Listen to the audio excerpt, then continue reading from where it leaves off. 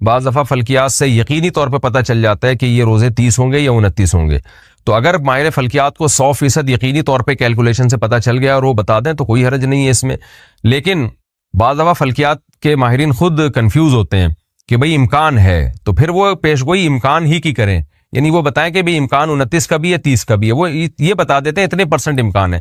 تو اس میں کوئی حرج نہیں ہے، اس سے ہلال کمیٹی کو آسانی ہوتی ہے. باقی ہلال کمیٹی نے کرنی اپنی ہوتی ہے، وہ فلکیات والوں کی پیشگوئیوں کو آج کل لفٹ نہیں کراتی ہے.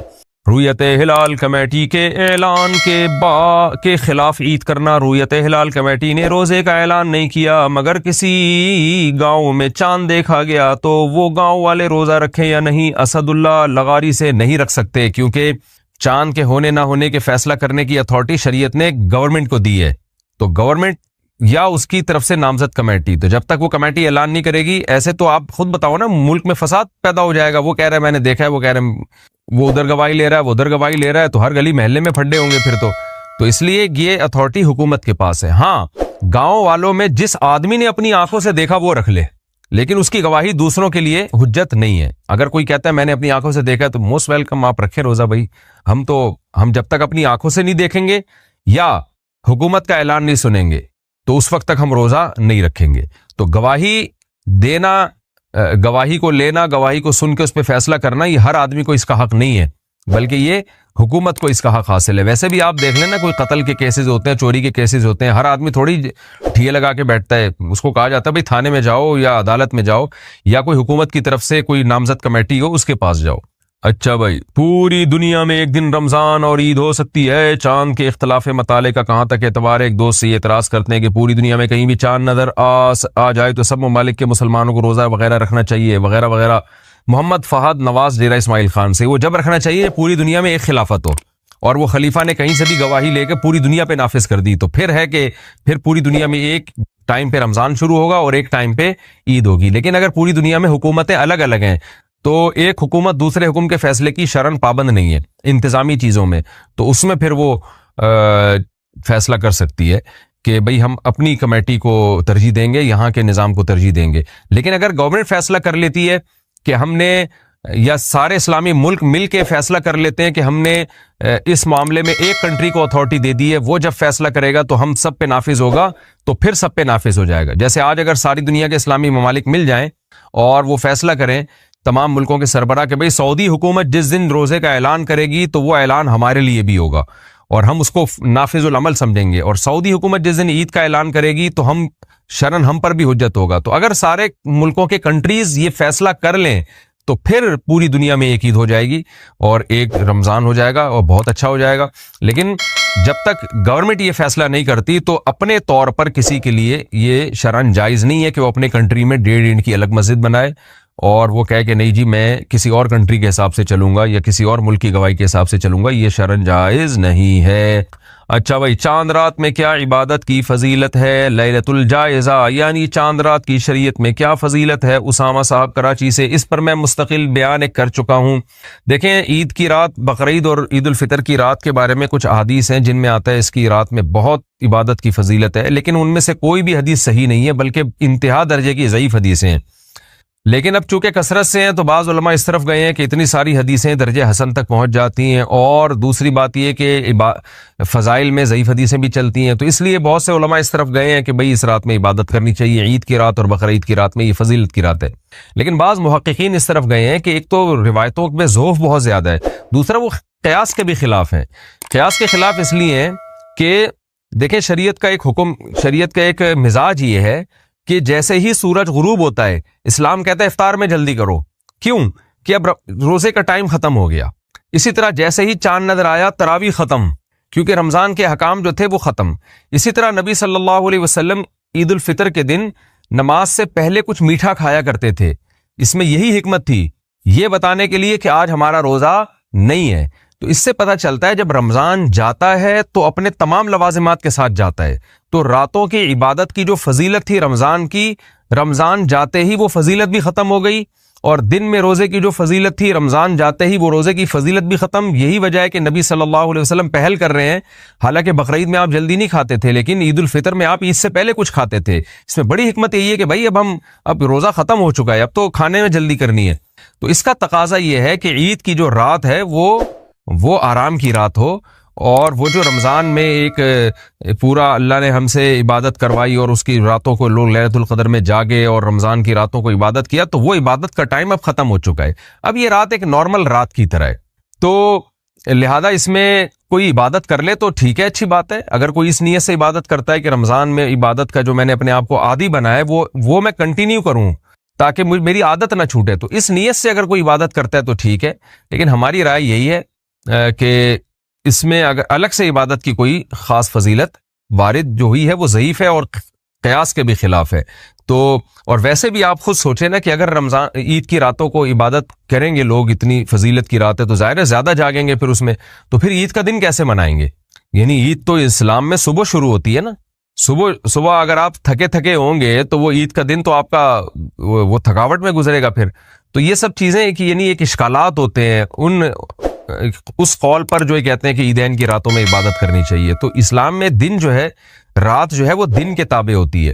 تو روزے کے دن میں، رمضان میں دن میں روزہ، رات اس کے تابع ہے تو رات میں عبادت. اب عید کا دن جب کھانے پینے کا دن ہے، خوشی کا دن ہے، تو اس کی رات بھی عید کے دن کے تابع ہوگی، تو وہ عبادت کی رات ہوگی نہیں.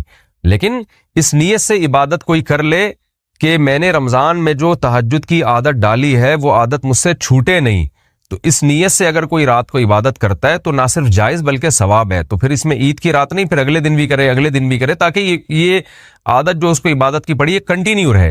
تو کنٹینیو رکھنے کے لیے اگر کوئی عبادت کرتا ہے تو بہت اچھی بات ہے. لیکن ہماری رائے یہی ہے کہ عیدین کی رات میں الگ سے کوئی فضیلت ثابت نہیں ہے. بہرحال دوسری طرف بھی علماء ہیں، تو جب علماء میں اختلاف ہوتا ہے کسی مسئلے میں تو جس عالم کی بات، جس پہ زیادہ اعتماد ہو اس کی بات کو لے لینا چاہیے، دوسرے پہ رد نہیں کرنا چاہیے. کیا چاند رات میں دعائیں قبول ہوتی ہیں؟ کیا چاند رات میں دعائیں قبول ہوتی ہیں؟ شمس الحق راول پنڈی سے. میرے علم میں نہیں ہے کہ الگ سے کوئی فضیلت ہو چاند رات میں دعاؤں کی قبولیت کی. باقی اللہ نے دعا قبول کرنے پر کوئی ٹائم نہیں متعین کیا، جب چاہیں دعا کریں، لیکن اس کی الگ سے کوئی فضیلت نہیں ہے میرے علم میں. اگر کسی کے پاس کوئی حدیث ہو، ظاہر ہے ہم ایسا علم کا دعویٰ تو نہیں کرتے کہ ہر کچھ ہم نے پڑھ لیا ہے سب کچھ. بعض دفعہ یہ ہوتا ہے میں کوئی بات کہتا ہوں تو لوگ حوالہ بھیج دیتے ہیں تو میں رجوع کر لیتا ہوں. تو میرے علم میں اب تک تو ٹوٹی پھوٹی ہم نے تحقیق کی ہے، کوئی ایسی روایت مجھے ملی نہیں ہے جس میں یہ آتا ہو کہ چاند رات میں دعائیں قبول ہوتی ہیں. اگر کسی کے علم میں ہو تو کائنڈلی وہ حدیث کا ریفرنس بھیج دیجیے گا. فوتگی والے گھر میں پہلی عید کیسے منائیں؟ جس کے گھر میت ہو اور پہلی عید آ جائے تو کیا حکم ہے؟ یعنی کیا رشتہ داروں کا عید میں تعزیت کے لیے آنا، رونا دھونا، اور اس طرح فیملی والوں کا نئے کپڑے نہ بنانا، یہ کیا حکم ہے؟ نہیں، یہ جائز نہیں ہے. ان کے لیے بھی عید ایسے ہی ہے جیسے دوسروں کے لیے. ہاں یہ ایک الگ بات ہے کہ ان کو غم ہوتا ہے، اور عید کے دن اگر ان کے آنسو نکل جائیں اپنے پیاروں کو یاد کر کے، اپنے مرحومین کو یاد کر کے، تو اس میں کوئی گناہ نہیں ہے کیونکہ یہ غیر اختیاری چیز ہے.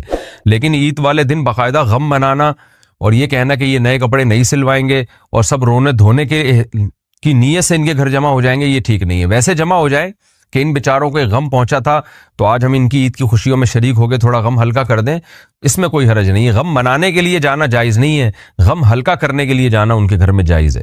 عیدی دینے کی شرعی حیثیت، عید کے دن بچوں کو جو پیسے دیتے ہیں اس عیدی کے نام پہ، اس کی کیا شرعی حیثیت ہے؟ صدام حسین کشمیر سے. بھائی بچوں کو اگر عیدی نہیں دیں گے تو بچوں کی عید کہاں سے ہوگی؟ تھوڑا بہت تو اتنا بھی آپ مشکل نہ بنائیں میرے بھائی دین کو. تو بچوں کو تو خوشی ہی عید میں اسی کی ہوتی ہے. ہاں اس کو بہت زیادہ اتنی بھاری بھاری رقمیں اب لوگوں نے باندھ لی ہیں جس پہ بندے کو ٹینشن شروع ہو جاتی ہے کہ یار میرے پاس اتنے پیسے ہیں نہیں اور بچے سارا میری جائیدادیں پی جائیں گے عیدی میں. تو ہلکا رکھنا چاہیے. تو اپنے بچوں کو یا اپنے قریبی رشتہ داروں کو تھوڑے بہت پیسے دے دیں تو کوئی حرج نہیں ہے اس میں. لیکن وہی بات ہے کہ انسان پہ اس کی طاقت سے زیادہ گنجائش سے زیادہ بوجھ ڈالنا یہ بہرحال حرام ہے. اگر کہیں اتنا زیادہ یہ رسم جڑ پکڑ گئی ہے کہ آپ کی بوجھ بننے لگی ہے تو پھر اس کو ختم کر دینا چاہیے. عید میں گلے ملنا کیسا؟ عید کی نماز کے بعد گلے ملنے کا سنت طریقہ کیا ہے؟ کیا ایک بار ملنا ہے یا 3 بار؟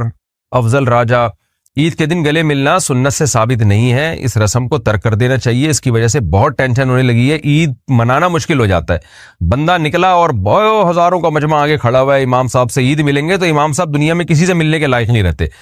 تو اس لیے جو چیز شریعت میں نہیں ہے اس کا اضافہ نہیں کرنا چاہیے. بس مصافحہ کر لیں، عید مبارک کہہ دیں، دعائیں دے دیں اور پتلی گلی سے نکل لیں. میں نے تو دیکھا ہے لوگ راستے بدل رہے ہوتے ہیں اور بعض لوگ تو 3 دفعہ گلے مل رہے ہوتے ہیں، وہ تو بہت ہی ٹینشن میں ہوتے ہیں. اب آپ گلی میں جا رہے ہو، آگے سے 10 آدمی آ رہے ہیں، او بھائی آدمی کہتا ہے ہر ایک سے 3 دفعہ ملو، تو 10 کو 3 سے ضرب دیں 30 دفعہ. تو 30 دفعہ جب آپ اس سے گلے ملے، پھر آگے 5 آدمی آ رہے ہیں تو 5 یا 15 وہ ہو گئے، پھر تو تھوڑے یعنی ایک اتنی ٹینشن ہوتی ہے، آدمی کہتا ہے یار میں اگر گلا گھر میں رکھ کے آتا یا اس کی عید ملنے کے لیے کوئی الگ سے گلا بنوا لیتا تو زیادہ اچھا ہوتا۔ تو جو شریعت میں نہیں ہے وہ نہ کریں، اپنے اوپر خامخواہ کی پابندیاں نہ لگوائیں۔ تو اس لیے لوگ راستہ بدل دیتے ہیں، میں نے دیکھا بھائی وہاں سے پورا جتھا آ رہا ہے دوستوں کا، بھائی ادھر سے ٹن مار، بھائی یہاں سے نکل، تو اتنی ٹینشن۔ تو اس لیے جو ہلکا شریعت نے جس کام کو ہلکا رکھا ہے اس کو ہلکا ہی رہنے دے۔ تو مسافہ کر لیں، عید مبارک کہہ دیں، وہ بھی مسافہ بھی جب کریں جب آمنا سامنا ہو جائے، نہیں ہوتا تو اسپیشل وہ عید کے لیے مسافہ کرنے بندے کے پاس جا رہے، یہ بھی ٹھیک نہیں، بس اپنے قریبی رشتہ داروں سے مل لیا کریں۔ اچھا بھائی، عورت گھر پر عید کی نماز کیا پڑھ سکتی ہے؟ کیا عورت گھر پر عید کی نماز پڑھنی چاہیے؟ اگر ہاں تو اس کا کیا طریقہ ہے؟ تہذیب انور اتر پردیش۔ نہیں جی، عورت عید کی نماز گھر پہ نہیں پڑھ سکتی۔ عید کی نماز اگر پڑھنی ہو تو عیدگاہ میں جہاں بھی جماعت ہو رہی ہے وہاں شرکت کرنا ضروری ہے۔ عید کی مبارکباد دینا کیسے؟ عید کی مبارکباد دینا کیسے؟ وسیم احمد، اچھی بات ہے، دعا ہے مبارکباد، مبارک کا مطلب اللہ اس دن کو آپ کے لیے برکت والا کرے، تو یہ ٹھیک ہے، کوئی حرج نہیں ہے اس میں۔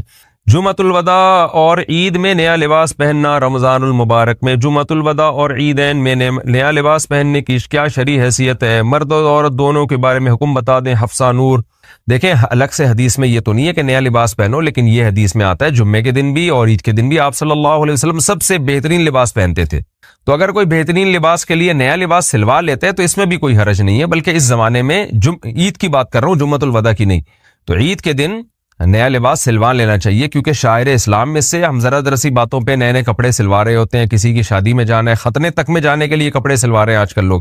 تو عید تو شاعر اسلام میں سے اللہ نے ہمیں یہ دن دیا ہے خوشی منانے کے لیے، تو اس میں اگر کسی کو اللہ نے وسعت دی ہے تو افضل اور بہتر یہی ہے کہ وہ پراپر نئے کپڑے سلوائے اور اچھی کوالٹی کے کپڑے سلوائے، اور اس میں مرد اور عورتیں برابر ہیں، خواتین کو بھی چاہیے مردوں کو بھی چاہیے۔ باقی جمعۃ الوداع کے دن اچھے کپڑے پہننا جمعہ ہونے کی وجہ سے تو ٹھیک ہے، لیکن جمعۃ الوداع کی الگ سی کوئی فضیلت نہیں ہے۔ تو اس لیے اس دن آپ جیسے جمعے کو کپڑے پہنتے ہیں، چاہے نئے پہنتے ہیں یا پرانے استری کر کے دھو دھا کے نیا بنا لیتے ہیں، تو عام جمعوں کا جو حکم ہے جمعۃ الوداع کا بھی وہی حکم ہے، اس میں الگ سے نئے کپڑے پہننے کی کوئی فضیلت نہیں ہے۔ ختم تراویح پر مٹھائی بانٹنا، کھانا کھلانا، مساجد میں ختم تراویح کے نام پر بریانی یا شیرینی بانٹنا کیسا ہے؟ عابد محمود، بہت بری اور ناپسندیدہ رسم ہے، بچکانہ رسم ہے ایک قسم کی، خاص طور پر مٹھائی اور لڈو بانٹنا تو بہت ہی بچکانہ، جیسے بالوشاہی بٹ رہی ہے، جیسے پتہ نہیں کیا کیا تم نے، بچکانہ حرکت ہے، قبیح رسم ہے، اس کو چھوڑ دینا چاہیے، اس کی حوصلہ افزائی نہیں کرنی چاہیے۔ باہر ملک والے صدقہ فطر کس حساب سے دیں گے؟ ہم سعودی عرب میں کام کرتے ہیں، پاکستان میں ہمارے گھر والے ہماری طرف سے صدقہ فطر ادا کریں تو کس حساب سے ادا کریں گے؟ ریال کے حساب سے یا پاکستان کے روپیے کے حساب سے؟ محمد رفیق، سعودی عرب میں جو صدقہ فطر دے رہا ہے جہاں وہ رہتا ہے اس ملک کی کرنسی دیکھی جائے گی اور اس ملک میں آٹے کی ویلیو دیکھی جائے گی، تو اس ملک میں آٹے کی ویلیو دیکھی جائے گی۔ تو سعودی عرب میں اگر کسی نے صدقہ فطر دینا ہے اور دینا پاکستان میں ہے، خود سعودی عرب میں رہتا ہے، تو وہاں دیکھا جائے گا میرے بھائی 2.25 کلو یا 2.25 کلو آٹا ہے، کیونکہ علماء میں بعض کہتے ہیں 2.25 کلو، بعض کہتے ہیں 2.25 کلو، تو وہاں کا دیکھا جائے گا 2.25 کلو آٹا کتنا ہے، پھر کتنے ریال میں آ رہا ہے، پھر یہاں فون کر دیں بھائی یہاں سعودیہ کے حساب سے اتنے پیسے بنتے ہیں تو پاکستان میں اتنے پیسے ادا کر دو۔ اعتکاف سے نکلنے والے کو پھول کا ہار پہنانا، اعتکاف کے بعد جب لوگ گھروں کو جاتے ہیں تو لوگ ان کو پھولوں کے ہار ڈالتے ہیں، اس بارے میں کیا حکم ہے؟ ولی الرحمان، یہ بھی عجیب سی حرکت ہے، کوئی حلال حرام کا مسئلہ نہیں ہے، بس تھوڑی نامناسب سی بچکانہ سی حرکت لگتی ہے۔ اعتکاف کر کے آ رہا ہے اس کو بس سلام کریں، مبارکباد بھی دے سکتے ہیں، بھائی اللہ آپ کو اللہ نے قبول کیا، اب تشریف رکھیں، بس اپنی نارمل روٹین شروع کریں اور گناہوں سے پاک زندگی گزاریں، اتنا کافی ہے۔ پھولوں کا ہار پہنانا یہ ناپسندیدہ اور قبیح رسم ہے، میں حرام کی بات نہیں کر رہا، ناپسندیدہ ہے۔ بہرحال عید سے پہلے نوافل پڑھنا، عید کے دن فجر کی نماز کے بعد عید کی نماز تک نفل پڑھنا کیسا ہے؟ نبیل اعوان، مکروہ ناپسندیدہ عمل ہے، فجر پڑھ کے گھر جائیں اور عید کی تیاری کرنا شروع کر دیں، عیدگاہ میں آ کے نوافل پڑھنا صحیح عمل نہیں ہے، جائز عمل نہیں ہے۔ عید الفطر کتنے دن کی ہے؟ عید الفطر اور عید الاضحیٰ ایک دن کی ہوتی ہے یا 3 دن کی؟ زوجہ منصور کڑک سے عید الفطر 1 دن کی ہوتی ہے، عید الاضحیٰ میں قربانی کے ایام 3 ہیں، 3 دن ہیں اور چوتھا دن اس میں روزہ رکھنا حرام ہے، تو اس لحاظ سے ہم یہ کہہ سکتے ہیں کہ عید الاضحیٰ کے احکام 4 دنوں تک رہتے ہیں، 3 دن تک قربانی اور چوتھے دن بھی روزہ حرام، اور عید الفطر کا جو حکم ہے وہ 1 ہی دن تک رہتا ہے، کیونکہ 1 ہی دن روزہ حرام ہوتا ہے، اگلے دن روزہ رکھ سکتے ہیں آپ۔ رمضان کے بعد کیا تبدیلی لائیں، رمضان کے بعد زندگی میں کیسے تبدیلی لائیں؟ عبداللہ صاحب لاہور سے، بھائی رمضان میں ہی توبہ کر کے تبدیلی لے آئیں، بات کا انتظار نہ کریں اور توبہ کر لیں۔ اللہ میں تمام صغائر کبائر گناہوں سے بچنے کا تجھ سے وعدہ کرتا ہوں، اور جو رمضان میں عبادت کا معمول بنا ہے تو تھوڑا تھوڑا اس کو پورے سال کنٹینیو رکھیں۔ جیسے روزوں کی عادت پڑ گئی ہے تو اب ایسا نہیں کہ عید کا چاند نظر آتے ہی روزے بالکل غائب، بلکہ آپ پیر جمعرات کا روزہ رکھیں، ایام 20 کا روزہ رکھیں، اسی طرح رات کو تھوڑے بہت نوافل کا معمول